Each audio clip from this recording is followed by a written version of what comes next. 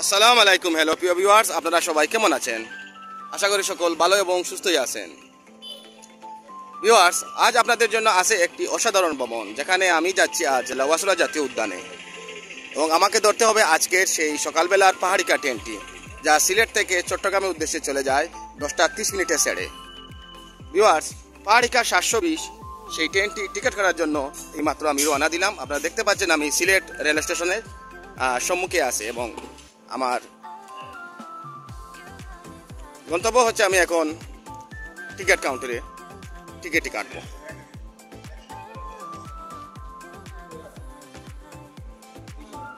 অতঃপর viewers, Paharika express 720 Sylhet to চট্টগ্রামগামী সেই 10:30 এর ট্রেনের একটি টিকিট আমি কাউন্টার থেকে কাটি। আমার আজকের গন্তব্য, প্রথমে আমি সিলেট থেকে বানুগাছ রেলওয়ে স্টেশনে নামবো, এবং সেখান থেকে সিএনজি অথবা বাসে করে আমাকে যেতে হবে লাউয়াছড়া জাতীয় উদ্যানে।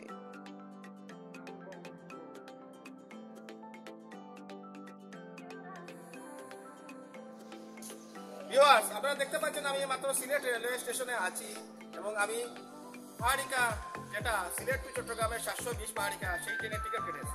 ভিউয়ার্স, আপনাদের আজকের ভ্রমণে আমি দেখাতে যাচ্ছি সিলেট থেকে আমি প্রথম যাব বানুগাছ রেলওয়ে স্টেশন, এবং সেখান থেকে আমি চলে যাব আপনাদের সেই কাঙ্ক্ষিত প্লেস লাউয়াছড়া জাতীয় উদ্যানে। ভিউয়ার্স, আপনাদের আজ কথা হবে লাউয়াছড়া জাতীয় উদ্যান নিয়ে, এবং আপনাদের কিছু তথ্য তুলে ধরবো সেই অস্কার বিজয়ী film around the world in 80 ডেজের 1956 সালে যে ফিল্মটি মুক্তি হয়েছিল, এবং যার শুটিং হয়েছিল 1955 সালে। এমন আপনারা আমার সাথে থাকুন, আশা করি আজ সব কিছু আপনারা দেখতে পারবেন, এবং আমার সাথে থাকুন।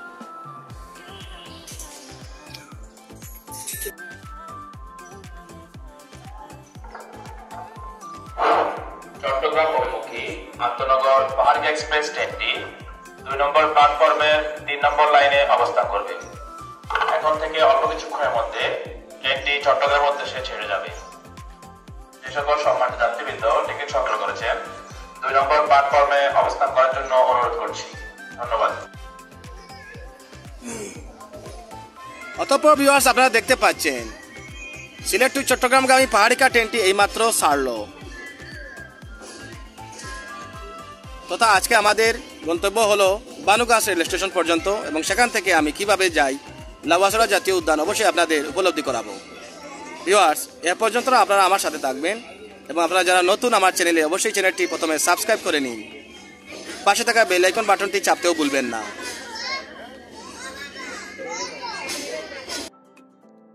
আজকের এই অসাধারণ ভ্রমণে আমার সঙ্গী হয়েছেন বানুগাছের এবাদ ভাই। এবাদ ভাইয়ের সাথে পরিচয় হয়েছিল টিকিট কাউন্টারে, যখন আমরা দুজনেই টিকিট কাটতেছিলাম। ওনার সাথে গল্প করতে করতে ট্রেনটি চলে আসে সেই প্রিয় মল্লিকপুর।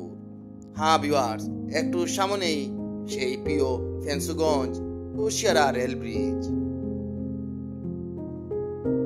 অসাধারণ মুহূর্তটি ছিল যখন পাহাড়িকা এক্সপ্রেস ধীর গতিতে কুশিয়ারা রেল ব্রিজ পাড়ি দিচ্ছিল। মনে হচ্ছিল সেই জয়নুল ভাইয়ের হোটেলের কথা। হ্যাঁ, এই কুশিয়ারার পারেই জয়নুল ভাইয়ের হোটেলটি। অসাধারণ মুহূর্তগুলো আমাকে আপ্লুত করছিল, মনে হচ্ছিল কুশিয়ারার পাড়ের কথা। ভিউয়ার্স, দেখতে পাচ্ছেন কি অসাধারণ মুহূর্ত, এবং যাত্রীরা কত ভিড় করেছে কুশিয়ারা পারাপারের জন্য। যদিও কুয়াশাচ্ছন্ন দিনে তা একেবারে স্পষ্ট দেখা যাচ্ছে না।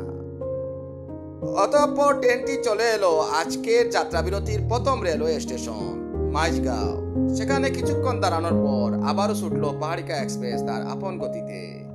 উপভোগ করতে থাকলাম বাটেরার সৌন্দর্য।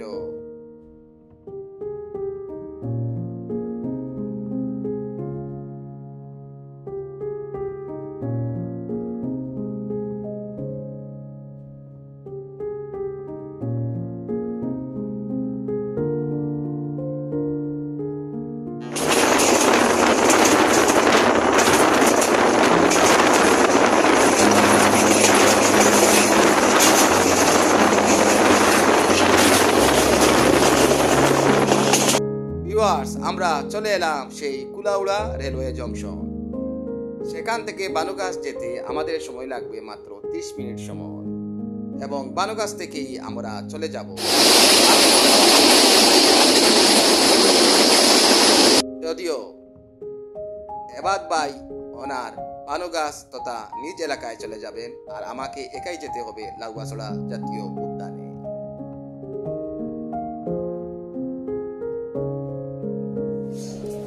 আপনারা দেখতে পাচ্ছেন আমি পানো গাছ রেলওয়ে স্টেশনে চলে এসেছি। এখান থেকে আমি বাই রোড করে লাউয়াছড়া জাতীয় উদ্যানে চলে যাব এবং যেতে যেতে আপনাদের দেখাবো কিভাবে পানো গাছ থেকে লাউয়াছড়া জাতীয় উদ্যানে যাওয়া যায়। আপনারা আমার সাথে থাকুন। বানুরগাছ রেলওয়ে স্টেশনে আসার পর এবাদ ভাই ছুটলেন আমাকে নিয়ে তথা সিএনজি অথবা বাসে তুলে দিতে। হ্যাঁ, একটু সামনেই লাউয়াছড়া জাতীয় উদ্যানের জন্য বাস অথবা সিএনজি সামনেই আছে তথা বানুরগাছ টু শ্রীমঙ্গলের যে কোনো গাড়ি দিয়েই আপনারা যেতে পারবেন বানুরগাছ তথা লাউয়াছড়া জাতীয় উদ্যানে। ভিউয়ার্স, আপনাদের এই হাঁটতে হাঁটতে আমি বানুরগাছ রেলওয়ে স্টেশনের ইতিহাসটুকু বলে ফেলি। 1892 সালে ইংল্যান্ডে গঠিত আসাম বেঙ্গল রেলওয়ে কোম্পানি এদেশে রেলপথ নির্মাণের দায়িত্ব গ্রহণ করলে 1895 সালে 1 জুলাই থেকে চট্টগ্রাম টু কুমিল্লার সেই 150 কিলোমিটার মিটার গেজ লাইনটি চালু করা হয় এবং 1896 সালে কুমিল্লা আখাউড়া শাহবাজপুর লাইনের স্টেশন হিসেবে সর্বপ্রথম এই বানুরগাছ রেলওয়ে স্টেশনটি নির্মাণ করা হয়। অতঃপর আমি বাসে উঠলাম এবং বাসে করেই আমাকে ভ্রমণ করতে হলো। অসাধারণ সেই মেট্রো পথে আঁকাবাঁকা পথ বেয়ে আমাকে যেতে হলো লাউয়াছড়া জাতীয় উদ্যানে। সামনের দিকে সিট না পেলেও আমি পিছনে বসলাম, কিন্তু ভ্রমণটা ছিল অসাধারণ, যা ভুলে যাওয়ার মতো নয়।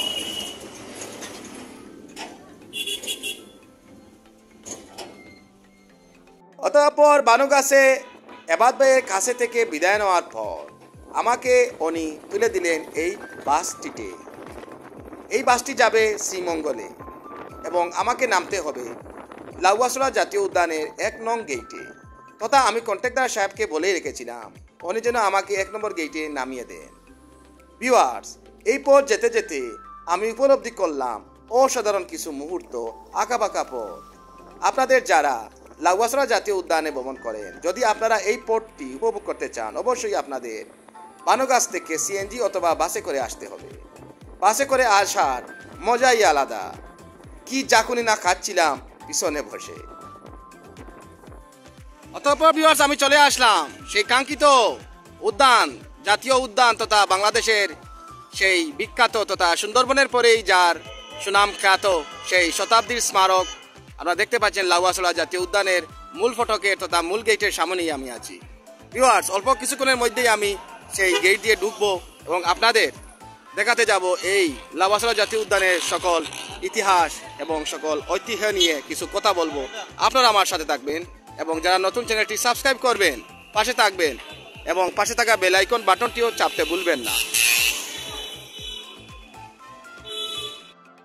কাউন্টার থেকে টিকিট সংগ্রহ করার পর আমি হাতে থাকলাম। ভিউয়ার্স, আপনারা দেখতে পাচ্ছেন আমার হাতে সেই লাউয়াছড়া জাতীয় উদ্যানের প্রবেশ ফি দিয়ে তথা আপনারা দেখতে পাচ্ছেন জনপ্রতি এখন 100 টাকা করে টিকিটের মূল্য তথা আমি এই কাউন্টার এই সামনে থেকে আমি কাউন্টার থেকে টিকিট কিনে তারপরে এই গেট দিয়েই ঢুকে দেখতে পাচ্ছেন আমি হাঁটতে থাকছি এবং আমার উদ্দেশ্য হলো আপনাদের প্রথমে আমি দেখাতে চলছি সেই around the world in 18 days এর সেই শুটিং স্পটটি, যেখানে হয়েছিল 1955 সালে বলিউড মুভির শুটিংটি।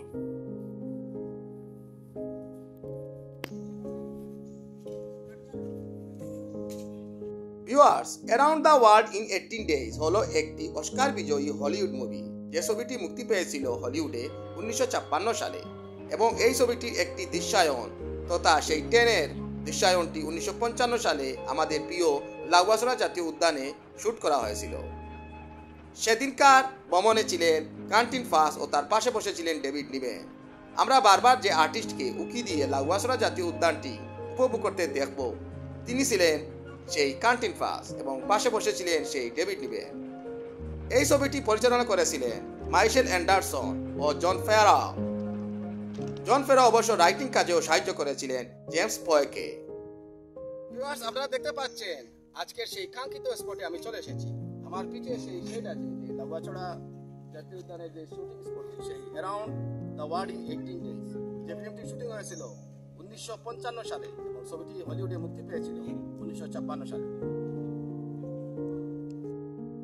বন্ধুরা, আজ আমি বলছি আপনাদের around the world in 18 days ফিল্মটি কোন গল্প অবলম্বনে নির্মিত হয়েছিল। ঘটনাটি সেই 1872 সালে ঘটে যাওয়া একটি গল্প অবলম্বনে। ফরাসি লেখক জুলস ভার্ন একটি উপন্যাস রচনা করেছিলেন 1873 সালে, যার নামই ছিল around the world in 18 days. বন্ধুরা, সেই গল্পের নায়ক ছিলেন ফিলিয়াস ফগ, একজন ব্রিটিশ নাগরিক। তিনি একজন ডন কুবেরও ছিলেন। তার যাওয়া আসা ছিল রিফর্ম ক্লাব লন্ডনে, তথা লন্ডনের সেই বিখ্যাত ক্লাবে অন্যান্য ব্রিটিশ নাগরিকরাও আসতেন, যারা ছিলেন তার মতোই ধনাঢ্য।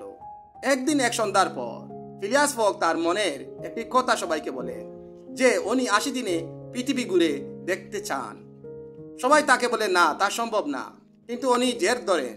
তারপর তার সাথে ওরা বাজি ধরে এবং বলে, তুমি যদি সত্যি 80 দিনে পৃথিবী ঘুরে দেখাতে পারো, তোমাকে এই ক্লাব থেকে 20,000 ইউরো উপহার দেওয়া হবে। আর যদি না পারো, তাহলে তোমাকেই তোমার সম্পত্তি থেকে 20,000 ইউরো এই ক্লাবেই দিতে হবে। বন্ধুরা, ফিলিয়াস ফগ ছিলেন সাহসী এবং বিচক্ষণ। তার 80 দিনে পৃথিবী ঘুরে দেখার ইচ্ছা মনেই ছিল, তার সাথে পেয়েছিলেন একটি অফারও। তাই তো তিনি কালবিলম্ব না করে তার বন্ধু পাসপার্টুকে সাথে নিয়ে গ্রেট ব্রিটেন থেকে রওনা দিলেন 80 দিনে পৃথিবী দেখার জন্য। এবং তারা প্রথম ভ্রমণ করে ইজিপ্টের সুয়েজে, সেখান থেকে চলে যায় ভারতে এবং ভারত থেকে তারা ফিরে আসে গ্রেট ব্রিটেনে। গ্রেট ব্রিটেনে আসলেও তাদের ট্রেন ভ্রমণে একটু বিলম্ব হলে ফিলিয়াস ফগ ভাবতে থাকেন যে উনি বাজি তো হেরে যাবে, কিন্তু তার বন্ধু পাসপার্টু পুনরায় দিন গণনা শুরু করলে তারা জানতে পারে তাদের কাছে এখনো একদিন বাকি আছে। তথা ফিলিয়াস ফগ তার বাজি জিতলেন এবং রিফর্ম ক্লাব থেকে তার টাকাটা নিয়ে নিলেন। আপনারা দেখতে পাচ্ছেন সেই দুষ্টু বানরগুলো। হ্যাঁ, লাউয়াছড়া জাতীয় উদ্যানে আসলেই আপনারা এদের পাবেন। দেখুন ভিউয়ার্স, এই যে একটু আগে ওনাকে আক্রমণ করে বসলো। সবাই বলছে যেন ওনার হাতে খাবার ছিল, আসলে ওনার হাতে কিছু ছিল না, কিন্তু হাতটা একটু মুট করা ছিল। ও আচ্ছা, অসাধারণ। অতঃপর ভিউয়ার্স, ফিল্ম স্পট থেকে আমি চলে গেলাম বনের গহীন দিকে। দেখতে দেখতে আমি হাঁটতেছিলাম, অসাধারণ লাগছিল সেই মুহূর্তগুলো। এবং যতটুকু পথ গেলাম, শুধু আমার মনে হচ্ছিল আমি যেন অজানা এক রহস্যের মধ্যে হারিয়ে যাব। কিছুক্ষণ সামনে গিয়ে আমি দেখলাম এখানে আছে একটি অসাধারণ ভিউ।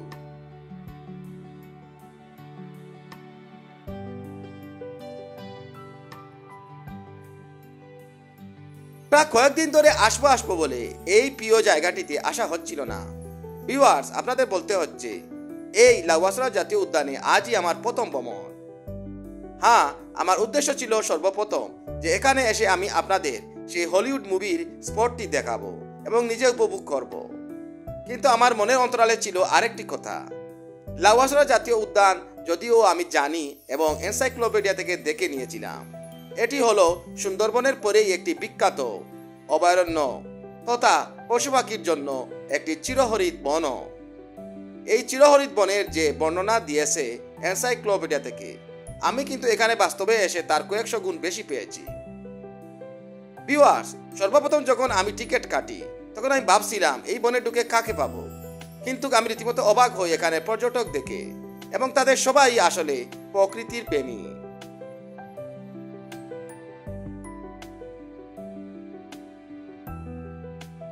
ভিউয়ার্স, এমনমে আমি আপনাদের এই বনের সঠিক ইতিহাসটি জানিয়ে দিই, তথা আমাকে আজ বলতে হচ্ছে সেই ইতিহাস শুরুলগ্ন থেকে কিভাবে এই বনের উৎপত্তি হলো। চলুন তাহলে বলা যাক।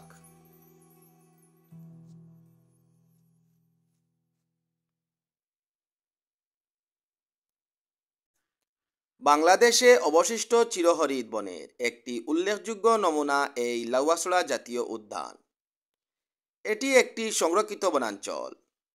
বাংলাদেশের 60টি বন্যপ্রাণী অভয়ারণ্য ও 10টি জাতীয় উদ্যানের মধ্যে লাউয়াছড়া জাতীয় উদ্যান অন্যতম। মৌলভীবাজার জেলার কমলগঞ্জ উপজেলার 1250 হেক্টর তথা 1250 হেক্টর জায়গা নিয়ে অবস্থিত এই বনে আছে বিলুপ্ত প্রায় এক ধরনের বানর, যার নাম উল্লুক। তাছাড়াও এ বনে আছে অসংখ্য প্রজাতির প্রাণী তথা বনমুরুগ, মেসোবাঘ, বনবিড়াল, বানর সহ অসংখ্য জাতের প্রাণী। এই বনের ভিতরে রয়েছে কয়েকটি খাসিয়া পুঞ্জি। তাছাড়া এই বনের ভিতর দিয়ে চলে গেছে সিলেট টু ঢাকার রেল সড়ক।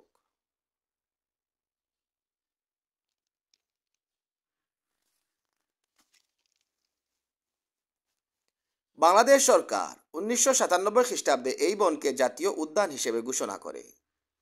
বিলুপ্ত প্রায় উল্লুকের জন্যই এই বনটি মূলত বিখ্যাত। ইতিহাস বলে 1925 খ্রিস্টাব্দে ব্রিটিশ সরকার এখানে বৃক্ষায়ন শুরু করে। আর এই বৃক্ষায়ন বেড়ে আজকের এই লাউয়াছড়া জাতীয় উদ্যান তথা মৌলভীবাজার ফরেস্ট রেঞ্জের আওতাধীন 2740 হেক্টর আয়তনের পশ্চিম বানুগাছ সংরক্ষিত বন ছিল এলাকাটি। আর তাই তো লাউয়াছড়া জাতীয় উদ্যানের পূর্বের নামও ছিল পশ্চিম বানুগাছ সংরক্ষিত বন। এই বনে যদিও এখন সচরাচর সকল প্রাণী না দেখা গেলেও সবসময় এই বানরগুলো দেখা মিলে। আমিও পেয়েছিলাম এই বানরের দলের দেখা, এবং তাদের সাথে ছিল ছোট্ট এই মিষ্টি ছানা।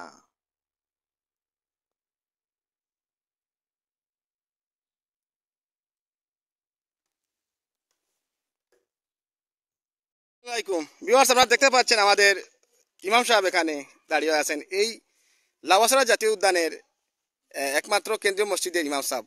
ভাই কেমন আছেন? ভাই তো আমাদের এলাকারই, শমশেরনগরের, যতটুকু জানলাম। আপনি যে এখানে থাকেন, শুধু নামাজ কালাম পড়াচ্ছেন, তাছাড়াও আপনার এই প্রাকৃতিক এই অরণ্যভূমি আপনাকে কতটুকু টানে মায়া জালে? ভালো লাগে, লোকজন না থাকলে আরো বেশি ভালো লাগে। যখন নিরিবিলি থাকে তখন আপনার একটু ভালো লাগে। পশু পাখি, হরিণ, বনমুরগ। হরিণ কি দেখা যায় ভাইয়া? জি দেখা যায়। কখন দেখা যায়? সন্ধ্যাবেলা, রাত্রেবেলা, ভোরবেলা। সন্ধ্যাবেলা বেশি দেখা যায়। আর ওই যে আমরা এখন পর্যটকরা এসেছি, এখন কিন্তু দেখতে চাইলে পারবো না। না, এখন সিল্লাপাল্লা এগুলা সরে যায়, একটু ভিতরে চলে যায়। আচ্ছা ভাই, আপনার মতে ওইখানে গহীন জঙ্গল কতটুকু বন আছে? বন তো 1250 হেক্টর। 1250 হেক্টর আছে, মানে যদি আমরা হাঁটতে চাই তাহলে তো মনে করেন ঘন্টা খানিক লাগবে। ঘন্টা 3 ঘন্টা এরকম লাগবে। জি, যত সময় মন চায় ভাই। এরকম আছে। তো ওইখানে গাইড সাথে নিলে হয়তো বনের গহীনে যাওয়া যায়। গাইড নিলে ভালো হয়, রাস্তাঘাট চিনলেন। তারপরে ওই যে এরকম যে গহীন আছে, ওইরকম গহীনে তো থ্রু যাওয়া যাবে না। একা গেলে হারাই যাবেন। একা গেলে জি হারাই যাবে। রাস্তা চিনবেন না। আপনার মতে গাইড নিয়ে যাওয়াটাই ভালো পর্যটক আসলে। অসংখ্য ধন্যবাদ ভাইয়া। আসসালাম ভাইয়া। আপনারা দেখতে পারবেন এই মুহূর্তে সেই লাউয়াছড়া জাতীয় উদ্যানের ভিতর দিয়ে যখন জয়ন্তিকা ট্রেনটি চলে যায় ঢাকার উদ্দেশ্যে। হ্যাঁ, আমি বলছি সেই দুপুর 12 ঘটিকার সিলেট টু ঢাকাগামী জয়ন্তিকা এক্সপ্রেসের কথা। এই মাত্র সেই জয়ন্তিকা এক্সপ্রেস লাউয়াছড়া জাতীয় উদ্যানের ভিতর দিয়ে তার যাত্রা এখান থেকে শুরু করলো। ভিউয়ার্স, আমার সামনেই আছে সেই কাঙ্ক্ষিত জয়ন্তিকা এক্সপ্রেস ট্রেনটি।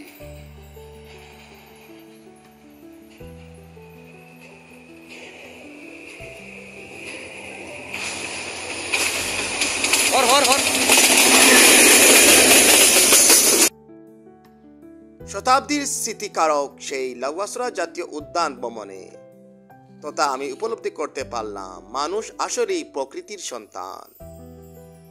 মানুষের জীবনে সেই সংকীর্ণতার জাল বেয়ে মানুষ একদিন না একদিন আসতে চায় প্রকৃতির কাছে, যেন ফিরে পায় সে তার আপন পরিবারকে আবারও। হ্যাঁ, বলছি কথা আমি সেই সংকীর্ণতার জীবনপূর্ণ আমাদের বর্তমান সমাজ ব্যবস্থাকে। সেই সমাজের মায়া জালে মানুষ হারিয়ে ফেলে তাদের নিজস্ব সত্তা।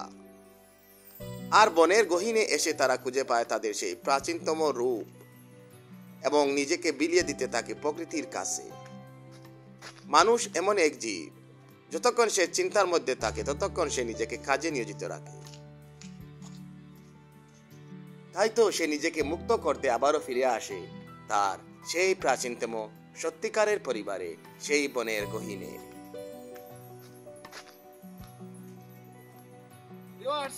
আজকের দৃশ্যায়ন আমি এখানে শেষ করতেছি। আপনাদের দৃশ্যায়ন করিয়েছি, আপনারা দেখেছেন এই লাউয়াছড়া জাতীয় উদ্যানের অনেক কিছু, কিভাবে ট্রেনগুলো এই লাউয়াছড়া জাতীয় উদ্যানের ভিতর দিয়ে চলে যায় এবং অনেক কিছু দুষ্টু বানর। আশা করি আপনারা আমার চ্যানেলটি সাবস্ক্রাইব করবেন, পাশে থাকা বেল আইকন বাটনটি চাপ দেবেন।